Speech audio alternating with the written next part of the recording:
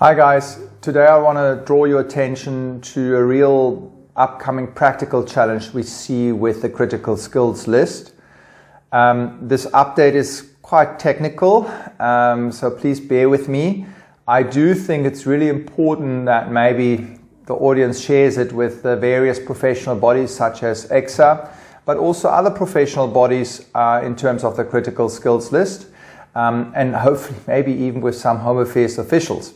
So the problem we see at the moment, and we receive a lot of calls in our office from applicants who have been rejected critical skills applications because of their candidate status. Okay, so let me explain that a little bit. So for certain categories in terms of the critical skills list, quantity surveyors, engineers, I think some draftsmen as well. So there's various professional bodies granting the foreigner fairly quickly, in exit terms sometimes 3 or 4 months, a candidate status compared to a fully registered status. Now I can only really speak for EXA because I sort of understand that process, but EXA grants a foreigner after certain tests and even an interview and a screening a candidate status. Now, in order to be fully registered as an engineer, you actually need to work in South Africa. Now, obviously, foreigners who are engineers coming to South Africa, applying for their first work permit, do not have that crucial local practical experience. So, due to their internal rules of the professional body, they will not grant the foreigner the full registration. They will only grant the candidate status. And EXA is not the only one. There's other ones as well. Okay.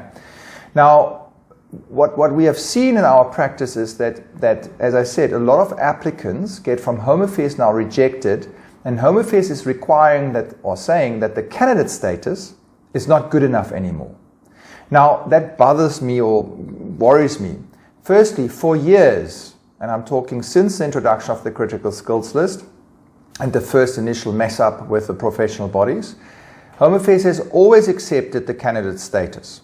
Secondly, there was no legislative change to my knowledge, or even regulation change, that suddenly, or maybe even a directive or public announcement, that Home Affairs made it public that they don't want the candidate status anymore.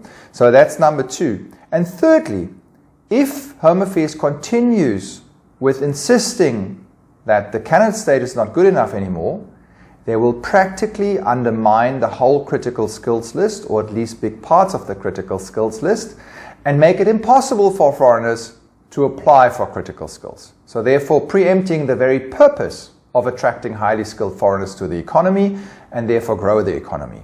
Now I hope that somebody just doesn't see this within Home Affairs and they just got slightly sidetracked in increasing the thresholds and something like that, and they don't understand that actually some of the professional bodies cannot grant more than a candidate status to a foreigner.